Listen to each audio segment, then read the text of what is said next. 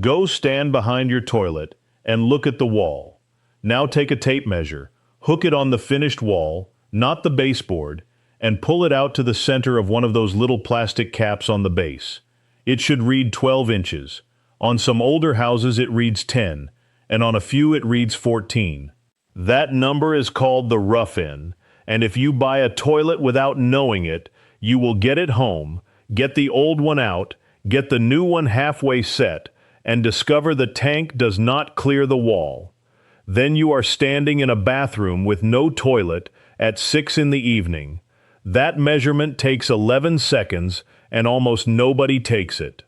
Now here is what the job actually costs.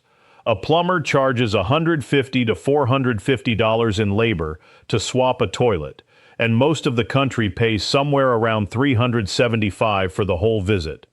The work takes an experienced hand about 90 minutes. The parts you need beyond the toilet itself come to about $25. That is the entire gap. $25 in parts and 90 minutes of your Saturday against $300 or $400. And there is nothing in this job that requires a license, a permit, or a special tool. My name is Ray Kessler.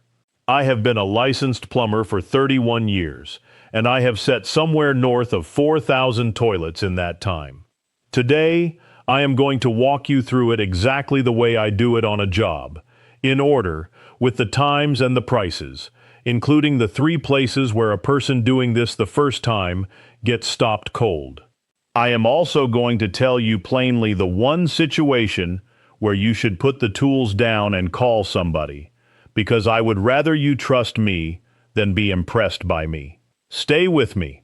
Let me start with what most folks get wrong, because if you do not understand this, none of the rest will make sense. You think the toilet sits on the floor. It does not. The floor holds the weight, but the toilet is bolted down to a ring called a closet flange, and between the bottom of that toilet and an open 4-inch pipe running to the sewer, there is nothing but a ring of wax, the thickness of a stack of quarters. That is the seal. That is all of it.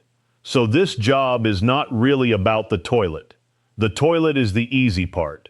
The job is the flange and the wax, and every toilet I have been called back to fix was a flange problem that somebody set a toilet on top of and hoped about. Here is the rule. The bottom of that flange belongs on top of your finished floor, on top of the tile, not under it. The ring is about 1/4 inch thick, so set right, the top of it stands about 1/4 inch proud of the floor, and the wax squeezes the way it was designed to.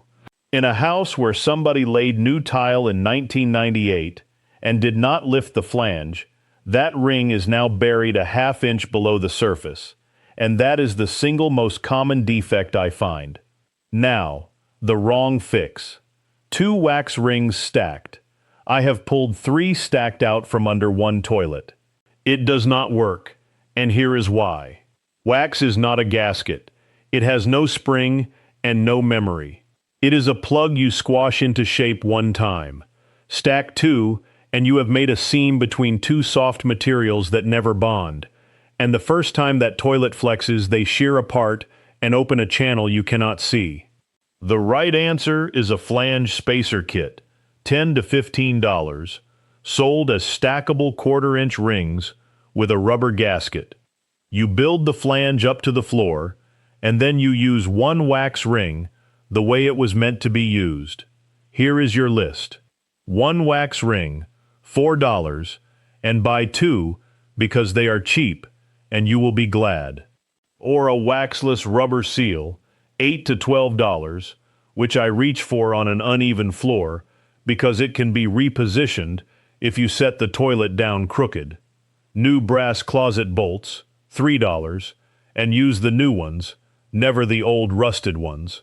A braided stainless supply line, $10, not the old chrome riser. A pack of plastic shims, $3, and a flange spacer kit if you need one. Now here is how I do it, in order. First, shut the water off at the little valve on the wall and flush, holding the handle down. Sponge the last inch out of the tank and out of the bowl. Every cup of water you leave in there is a cup that goes on your floor when you tip it. 10 minutes with a sponge and a bucket. Second, disconnect the supply line and unbolt the tank from the bowl if it is a two-piece, because a toilet in one piece weighs 60 to 100 pounds, and in two pieces it weighs about 40. Third, pop the bolt caps, cut the nuts off with a hacksaw blade if they are rusted, and rock the bowl side to side to break the wax loose. Lift straight up and set it on an old towel, never on tile. Fourth, and this is the part the professionals do and the first-timers skip, stuff a rag in that open pipe right now. Sewer gas comes up out of an open flange within about a minute, and if you drop a nut down that hole, your Saturday just became a very different day. Fifth, scrape every bit of old wax off the flange with a putty knife until it is clean and dry, and then look at the flange itself. Cracked ears, broken plastic, rust eaten through.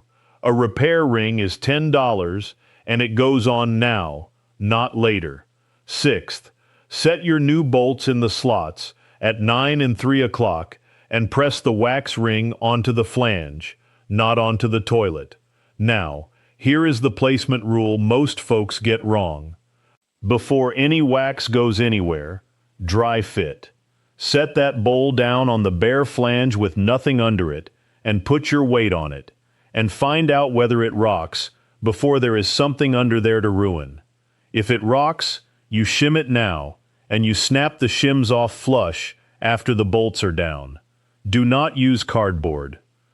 Do not use a folded matchbook. I have pulled both out from under toilets, and both had turned to mush inside 2 years. Seventh, pull the rag, line up the bolts, and lower the bowl straight down. Straight down. Not down and then twisted to square it up, because twisting smears the wax sideways and opens a path. Sit on it and let your weight compress the seal. Eighth, the bolts. And this is where good toilets get destroyed. Snug by hand, then alternate. A quarter turn on one side, a quarter on the other, and stop the moment it stops moving. Porcelain is enormously strong in compression and very weak at a single point. And over-tightening puts a hairline crack around the bolt hole that you will not see for 8 months. It is not a lug nut. If you are leaning on the wrench, you have already gone too far.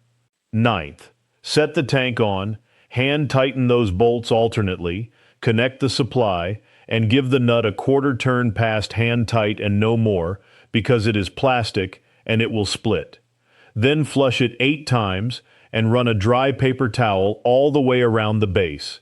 And my honest limit, if the plywood feels soft when you press on it, or the flange is set in concrete and broken, or the floor is out of level more than about 1/8 of an inch, this stopped being a toilet swap and became a floor repair.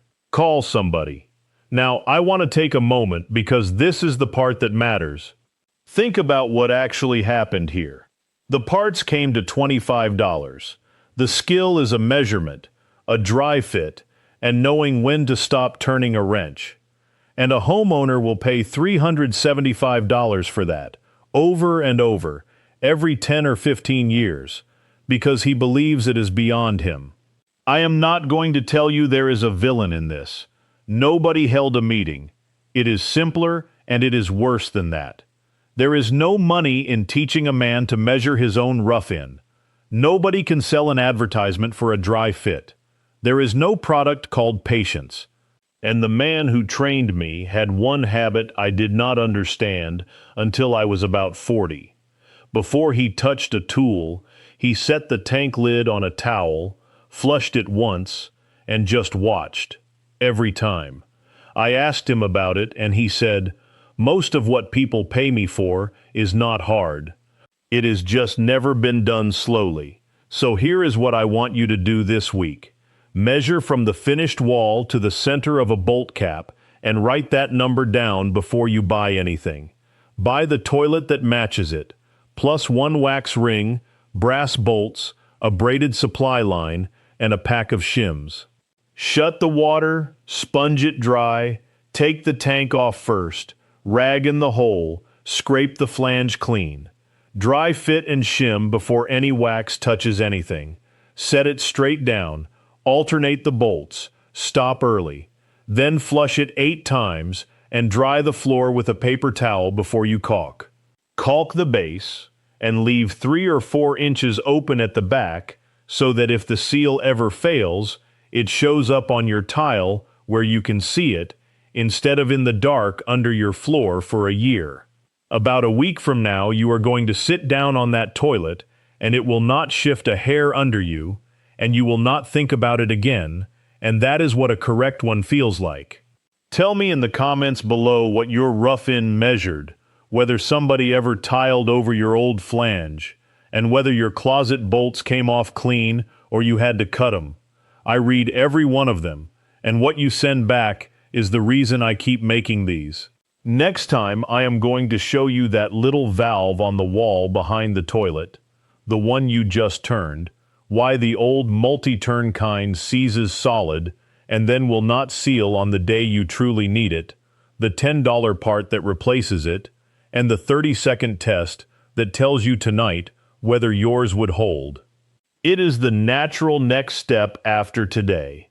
Until then, measure before you buy, dry fit before you set, stop turning early, and remember, the men who built these houses with their hands knew things we are only just starting to.